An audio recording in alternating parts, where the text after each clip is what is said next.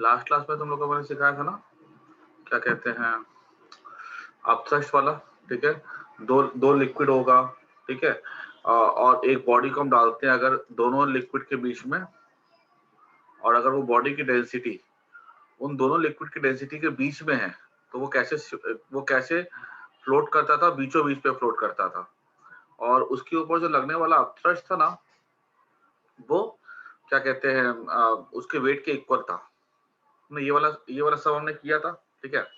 जो कल मैंने करवाया था उसका इजी वर्जन वाले क्वेश्चंस बहुत सारे तुमको मिल जाएंगे अपनी किताबों में, ठीक है, मॉड्यूल्स में मिल जाएंगे, ठीक है। और मैंने ना मॉड्यूल्स रचित की, जीवांशी की, ठीक है, और मुझे देव की, ठीक है, तुम लोग की ना मैंने नेक्स्ट में रखवा दी है, तुम लोग जा करके वहां से करेक्ट कर लेना। अगर आज करेक्ट करना तो आज आके करेक्ट कर लेना, नहीं तो फिर कल करेक्ट कर लेना, ठीक है। और देख लेना एक बार कि तुम लोग के जो 11th वाले की मॉड्यूल 1 मॉड्यूल 2 होगी, आईआईटी वाले आईआईटी की लेंगे, नीट वाले नीट की लेंगे, ठीक है। क्योंकि आईआईटी का और नीट का सिलेबस में थोड़ा फर्क होता है, लेवल में भी फर्क होता है, ठीक है। तो तुमको जैसे तुम्हारी एग्जाम होती है ना, तुमको उसके हिसाब से कंटेंट मिल जाएगा।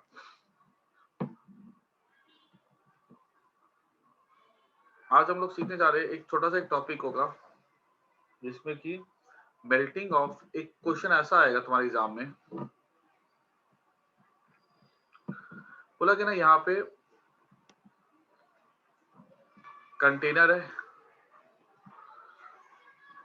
यहाँ पे लिक्विड है, ठीक है, इसमें फ्लोट कर रहा है आइस, ये वाटर है मान लो बाकी, यहाँ फ्लोट कर रहा है आइस। अब क्या होता है, आइस कंप्लीटली मेल्ट,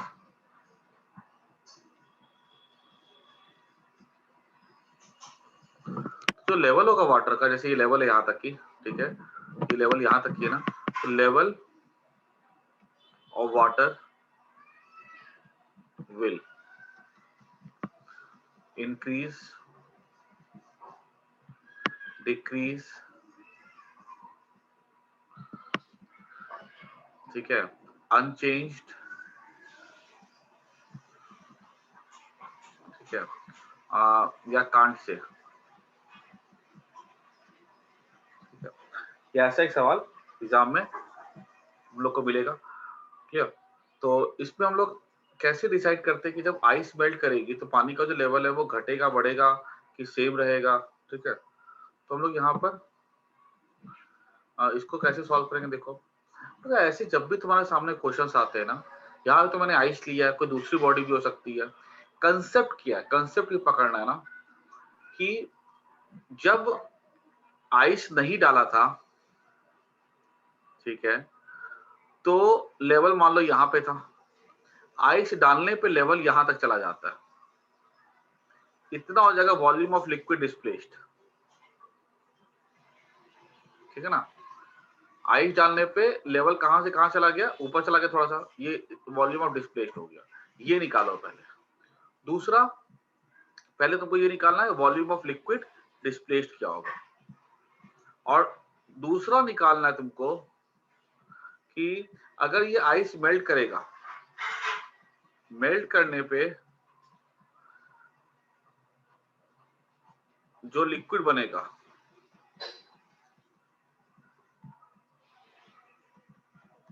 उसका वॉल्यूम, ठीक है। ये तुम्हें दो चीजें निकालनी है और कंपेयर करना है कि इस दोनों में कौन सा बड़ा है, ठीक है।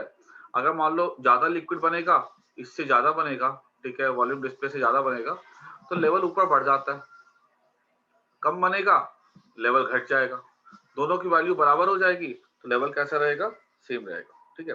ये तुम्हारा कंसेप्ट है। वॉल्यूम तो लिक्विड डिस्प्ले निकालो एंड मेल्टेड लिक्विड जब ये मेल्ट करेगा तो उसका वॉल्यूम निकालो और फिर कंपेयर कर लो 1 और 2 को, ठीक है। आइए सबको बात समझ में करना क्या अपने को। अब यहाँ पर देखो, ध्यान से तुम लोग को समझना है, ठीक है। फिर ना मैं तुम लोग से ही पूछूंगा इस पे एक क्वेश्चन और फिर तुम लोग को आंसर करना होगा।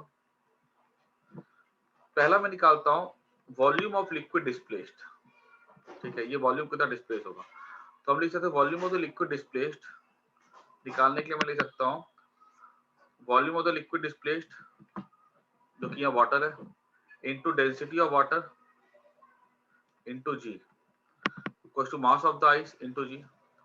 सिंपल सा फॉर्मूला है अपथ्रस्ट का, है ना। मार्केट प्रिंसिपल क्या था कि यहाँ फ्लोट कर रही है तो इस पे कितना अपथ्रस्ट लगेगा, volume of the liquid displaced into density of the water into G equal to mass of the ice. This is upthrust and this is mg। Clear. तो ये जब निकाला जाएगा तो volume of the liquid displaced निकालने का हम क्या बोल सकते हैं, ये हमारा हो जाएगा mass by density of water. I hope सबको समझ में आ गया इतना।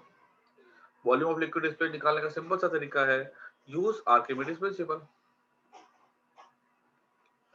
सेकेंड पार्ट, मेल्ट करने पे जो लिक्विड बनेगा, ठीक है, ये आइस मेल्ट किया तो इससे जो लिक्विड बनेगा, ठीक है, जो वाटर बनेगा उसका वॉल्यूम क्या होगा। तो हम यहाँ पे ये लिख सकते हैं ना, वॉल्यूम ऑफ वाटर जो बनेगा इनटू पूरा आइस था ऐसा, पूरा ये मेल्ट कर गया, ठीक है, volume of water form into density of water, ठीक है, इनटू जी, ठीक है। ये क्या हो गया, ये हमको क्या देगा, ये हो जाएगा हमारा मास ऑफ द वाटर, ये हो जाएगा मास ऑफ द वाटर ना,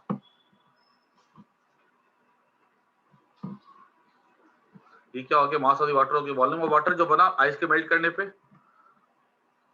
इंटेंसिटी ऑफ वाटर इनटू ये हो जाएगा हमारा मास ऑफ द वाटर। अब देखो आइस जब वाटर में कन्वर्ट करता है तो ठीक है, हमने पढ़ के रखा है कि आइस जब वाटर में कन्वर्ट करता है, कॉन्ट्रैक्ट करता है, एक्सपैंड करता है, जो भी करता हो, ठीक है, लेकिन एक चीज कभी नहीं बदलती है और वो होता है मास ऑफ द आइस, ठीक है। तो वो क्या हो जाएगा, एम हो जाएगा ना, मास ऑफ द आइस, है ना, मास तो सेम ही रहेगा ना। This implies that volume of water form कितना हो जाएगा, मास of the ice by density of water. अभी जरा तुम देखो, volume of water displaced and volume of water formed, दोनों कैसा आ रहा है, सेम आ रहा है कि नहीं आ रहा। जितना डिस्प्लेस हुआ लिक्विड, ठीक है, यहाँ पर उतना मेल्ट करने पे भी लिक्विड बना। तो हम यहाँ पे क्या देखेंगे कि इस सिचुएशन में जो रिजल्ट है ना, ठीक है, वहां पे लेवल में कोई भी चेंज नहीं आएगा। आई बात सबको समझ में। कंपैरिजन किस चीज का करना है, लिक्विड डिस्प्लेस्ड का एंड वाटर फॉर्म का। क्लियर। इसको एक बार ध्यान से देख जाओ और अपनी नोटबुक में, ठीक है, मेरे को इसका आंसर दो तो जरा सा।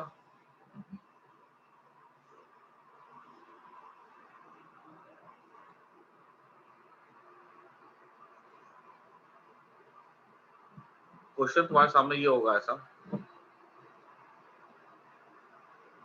ये यहाँ पे लिख देता हूं मैं, सॉलिड, एक सॉलिड है यहाँ पे, ठीक है ना, और यहाँ पे एक फ्लोट कर रहा है एक बॉडी, ये वाटर है, कोई सॉलिड है, ठीक है, ये आइस नहीं है, कोई भी सॉलिड होगा, और इससे जो लिक्विड बनता है ना, इससे जो लिक्विड बनेगा मेल्ट करने पे, उसकी डेंसिटी जो है वाटर की डेंसिटी से लेस है, ठीक है। जैसे यहाँ पे तो जो आइस बना था उससे वाटर बना था, वाटर की डेंसिटी, और जो वाटर बना था वाटर ही बनेगा, तो ऑब्वियसली बात ऐसे वाटर बनेगा, तो दोनों की ओरिजिनल वाटर और ये जो बना वाटर दोनों की डेंसिटी सेम है, तो हम देखते हैं कि ये सेम आ रहा है, ठीक है। क्लियर। अब यहाँ पर क्या हो रहा है, यहाँ पर एक लिक्विड जो इससे बनेगा ना, उसकी डेंसिटी वाटर की डेंसिटी से कम है, तो बताना है लेवल विल राइज, ठीक है, और फॉल और रिमेन सेम, ठीक है। जरा सोचो सबको एक बार,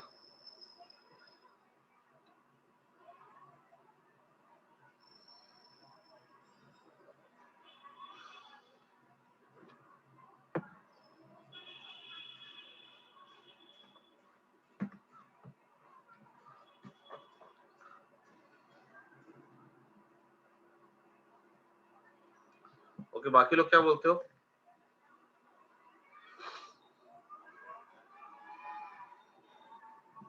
सबको बोलो आंसर। ओके ठीक है, चलो देखते हैं हम लोग अब। ओके निशिल वेरी गुड, चलो देख लेते हैं हम लोग क्या होता है इस पे। Volume of liquid displaced, volume of water into density of water into G equals to क्या हो जाएगा यहाँ पे अपथ्रस्ट।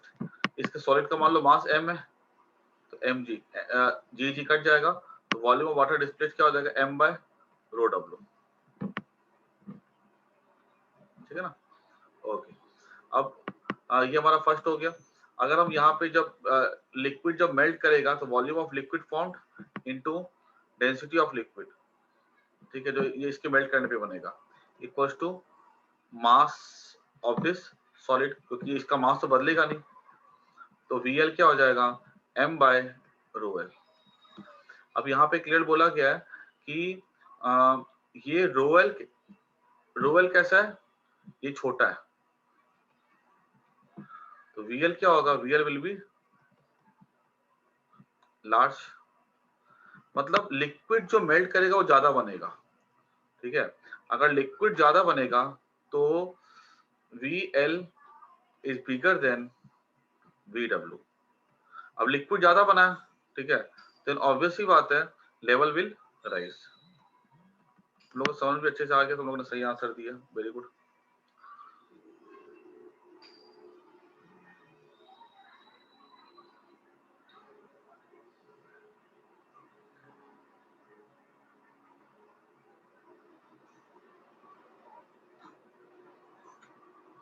ठीक है ना, लेवल विल राइज।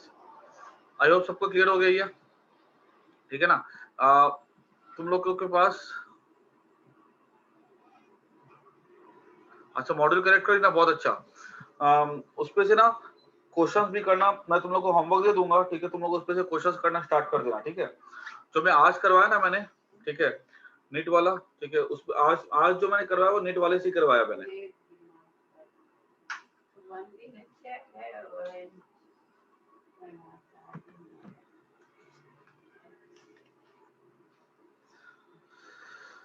बाकी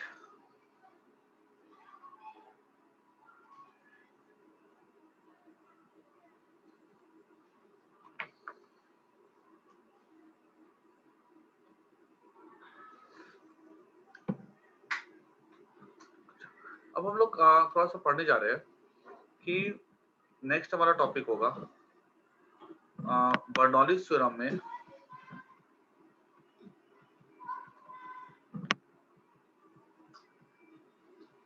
देखो एक बार छोटा सा रिवीजन ले लेते हैं। तो तुम लोग को मैंने क्या क्या बताया था कि जो हम लोग चैप्टर जो पढ़े ना फ्लूइड, ठीक है, इस फ्लूइड में हम लोग ना दो पार्ट आते हैं, ठीक है। एक तो आ जाता है इसमें लिक्विड और एक इसमें आ जाता है गैसेस फ्लूइड में। जो हम लोग जो पढ़ रहे ना अभी, ठीक है, वो मेनली डील करता है लिक्विड के साथ, ठीक है। हालांकि कुछ प्रॉपर्टी इसकी जो होगी वो सिमिलर हो जाएगी। ऐसा बोल सकता हूँ कि हम जो टॉपिक पढ़े वो फ्लूइड्स है। फ्लूइड्स के आते मेनली दो पार्ट, लिक्विड्स एंड गैसेस, ठीक है।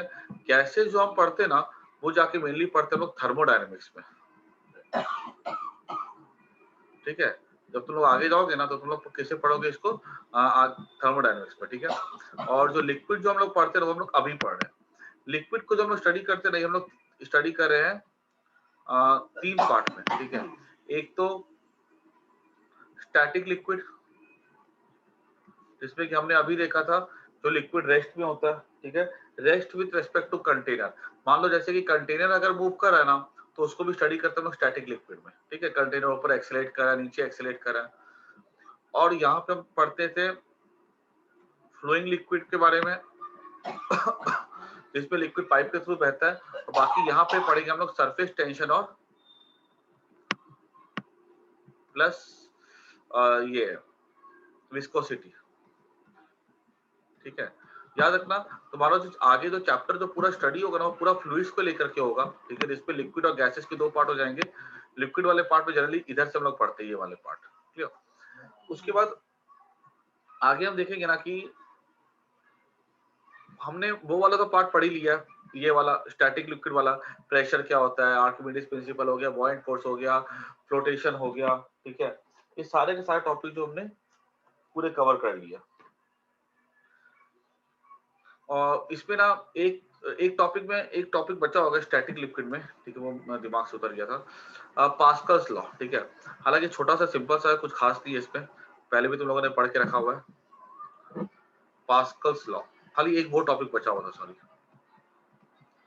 देखो, पास्कल्स लॉ ये कहता है ना कि मान लो कि पहली चीज तो क्या है कि अगर मान लो कोई लिक्विड है जिसको तुम ले जाते हो एंटी ग्रेविटी हॉल में, जहां पे कोई भी तरह का ग्रेविटी नहीं है, तो इस पूरे लिक्विड में प्रेशर कैसा होगा हर पॉइंट पे? तो आंसर है सेम रहेगा। क्योंकि अगर मान लो एंटी ग्रेविटी हॉल में जाते हो तो प्रेशर का डिफरेंस था रो जी एच। कहीं मान लो ग्रेविटी अगर है ही नहीं, डेल्टा पी क्या हो जाएगा? जीरो हो जाएगा ना। ग्रेविटी है ही नहीं तो डेल्टा पी, कोई भी पॉइंट पकड़ लोगे यहाँ पे, इस दो पॉइंट के बीच का प्रेशर डिफरेंस क्या होगा? जीरो। जो प्रेशर यहाँ वही प्रेशर यहाँ पे, हर पॉइंट पे प्रेशर कैसा होगा?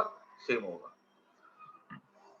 तो पहला क्या बोल सकते हैं, in absence of gravity pressure at all points in liquid is same, ठीक है ना। हर पॉइंट पे ग्रेविटी होगी तो खाली हॉरिजॉन्टल लेवल पे सेम होता था। फिर दूसरा पॉइंट हम यहाँ पे बोल सकते हैं कि अगर मान लो हमने किसी भी लिक्विड पे अगर हमने प्रेशर अप्लाई किया है तो उसके हर पॉइंट पे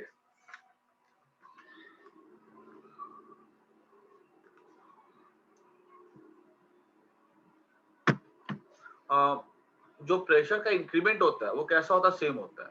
प्रेशर का इंक्रीमेंट सेम होने का मतलब क्या हुआ? देखो, मान लो यहाँ पे ये ऐसे करके हमने यहाँ पे ग्रेविटी है, ठीक है। अब ग्रेविटी अगर है तो यहाँ पर प्रेशर कितना होगा? मान लो यहाँ पर प्रेशर है 100, यहाँ प्रेशर है मान लो 80, यहाँ पे 60, यहाँ पे मान लो है 40, 20, ठीक है। ऐसे करके अलग अलग पॉइंट पे अलग अलग प्रेशर है, ठीक है। अब मान लो अगर हमने यहाँ पे कोई चीज से दबाया इसको, तो हर पॉइंट पे जो प्रेशर का इंक्रीमेंट होगा वो कैसा होगा? सेम होगा। मतलब जहां पे 100 था वहां पे हो जाएगा 110, जहां पे 80 था वहां पे हो जाएगा 90, जहां 60 था वहां पे हो जाएगा 70, जहां 40 था वहां 50, जहां 20 है वहां पे 30, जहां 10 है वहां 20। मतलब हर पॉइंट पे जो इंक्रीज इन प्रेशर होगा ना वो कैसा होगा? सेम होता है। ऐसा नहीं होता है कि यहाँ पर जो है, जहां पे ये पॉइंट दूर है तो यहाँ पे 100 का प्रेशर 150 हो जाएगा, ठीक है। ये पॉइंट थोड़ा ऊपर आ जाता तो यहाँ पे प्रेशर 80 से यहाँ पे मान लो अगर 50 बढ़ता, यहाँ 40 बढ़ जाता, 120 हो जाएगा। ऐसा नहीं होता, ठीक है, कि दूरी जाते हैं तो प्रेशर हर पॉइंट पे बढ़ेगा, ठीक है। लेकिन अगर हमने बाहर से प्रेशर अप्लाई किया है, ठीक है, तो उसकी वजह से जो प्रेशर का इंक्रीमेंट होता है वो हर पॉइंट पे कैसा होगा? सेम होगा। मेरी बात क्लियर हो रही है? ठीक है। दो अलग अलग बातें मैं बता रहा हूँ। देखो, प्रेशर अलग अलग पॉइंट पे अलग अलग है, लेकिन अगर हमने बाहर से कोई फोर्स अप्लाई किया है तो प्रेशर का इंक्रीमेंट हर पॉइंट पे कैसा होगा? सेम होगा। तो मैं यहाँ पे लिख देता हूँ, अकॉर्डिंग टू पास्कल्स लॉ, ये फर्स्ट पॉइंट भी आ रहा था, पास्कल्स लॉ में बोल सकते हैं हम लोग। और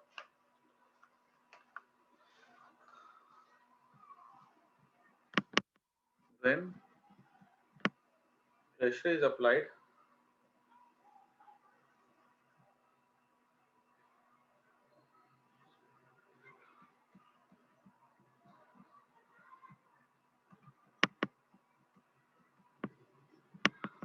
in confined liquid,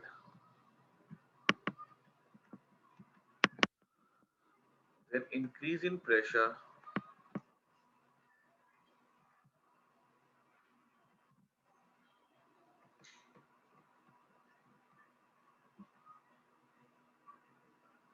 is same at every point in the fluid, ठीक है।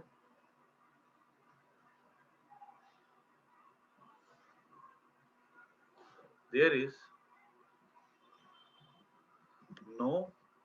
Reduction in the pressure.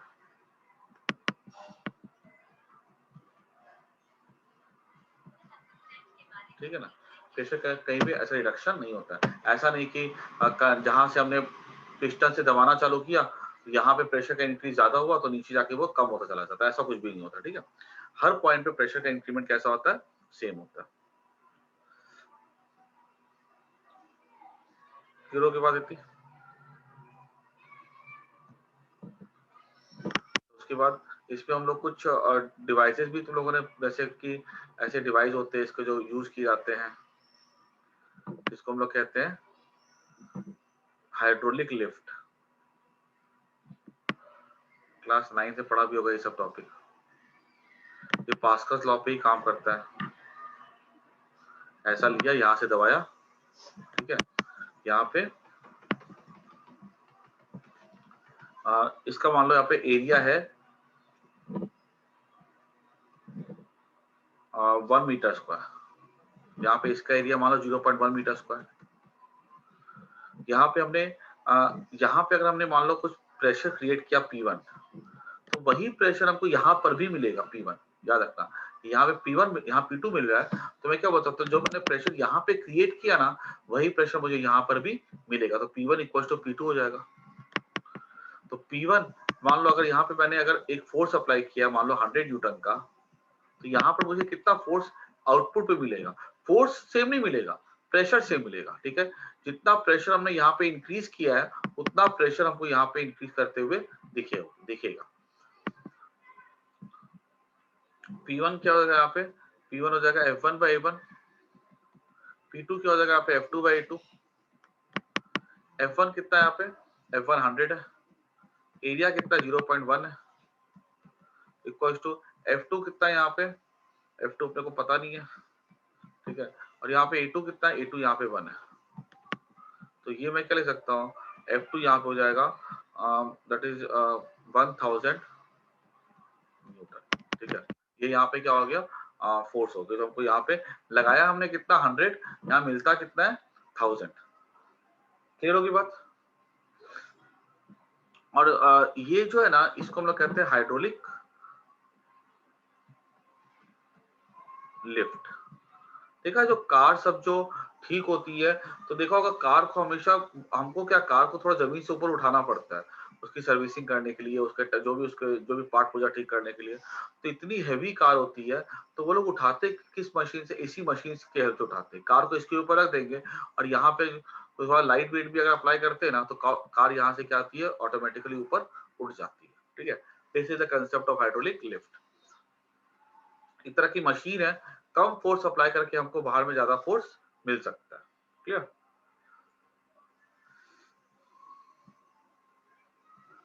Clear हो गया सबको ये। और इसका दूसरा एक होता है हाइड्रोलिक, इसका एप्लीकेशन होता है हाइड्रोलिक ब्रेक्स। एक्चुअली इसमें भी क्या होता है, ऐसे करके व्हील्स होते हैं, ठीक है, और ना यहाँ पे लेकर के ऐसे करके थोड़ा सा हम लोग यहाँ पे ना ऐसे करके लिक्विड होता है। ठीक है, तो जैसे मान लो यहाँ से एक पतली से ऐसे करके होगी इस तरह से, यहाँ पे हमने ब्रेक मारा, यहाँ पे लिक्विड पूरा भरा होता है। तो यहाँ पर क्या होता है, यहाँ का एरिया जो होता है ना, वो ज्यादा होता है, और जहां से हम धक्का मारते हैं ना, उसका एरिया काफी कम होता है। तो प्रेशर तो सेम ट्रांसमिट होगा, हमने थोड़ा फोर्स अप्लाई किया और यहाँ पे वो फोर्स बहुत ज्यादा मल्टीप्लाई हो जाता है। ठीक है, तो ब्रेक शू होता है जिससे कि गाड़ी रुक जाती है। ठीक है, इतना आप लोग को डिटेल में इसे पढ़ना नहीं है। ठीक है, हाइड्रोलिक ब्रेक क्या होता है, बस it was the principle of Pascal's law, और कंसेप्ट यही होता है। ठीक है, अब हम आते हैं हमारे क्या कहते हैं मेन टॉपिक पे, जो कि हम लोग पढ़े थे ना, फ्लो ऑफ द फ्लूइड्स। ठीक है, याद करो जो तुम लोग को मैंने, ये वाला हमारा पूरा का पूरा हो चुका होगा। ठीक है, कौन सा टॉपिक पूरा हो गया हम लोग का, ये वाला, this topic static liquid is complete. ठीक है, इसमें थोड़ा बहुत हम लोग पढ़ेंगे और एंट्रेंस की क्लास में। अभी हम लोग पढ़ते खाली फ्लोइंग लिक्विड के बारे में। ये वाला फ्लोइंग लिक्विड के बारे में अगर तुम लोग को बताओ ना, तो तुम लोग को मैं एक छोटा सा रिवीजन करवा दूं अगर, कि जो फ्लोइंग लिक्विड जो हम लोगों ने पढ़ा था, उसमें हम लोगों ने याद करो फ्लोइंग लिक्विड में जो तुम लोग को मैंने पढ़ाया था वो मैंने तुम लोग को एक सबसे इंपॉर्टेंट चीज बताई थी, लिक्विड का नेचर। जो हम आइडियल लिक्विड कैसा होता है, इनकॉम्प्रेसिबल होता है, नॉन विस्कस होता है और इरोटेशनल होता है। फिर तुम लोग को मैंने उस पर बताया था कि एक प्रिंसिपल ऑफ कंटिन्यूटी बताया था मैंने, याद करो A1V1 इक्वल्स टू A2V2। हाँ बोलिए। हाँ 11 वाले को 7 बजे रखूंगा, अभी रखा नहीं क्यों? हाँ सही बात। तो ये मैंने तुम लोग को बताया था कि A1V1 इक्वल्स टू A2V2, ठीक है। This was the principle of continuity, ठीक है। Area into velocity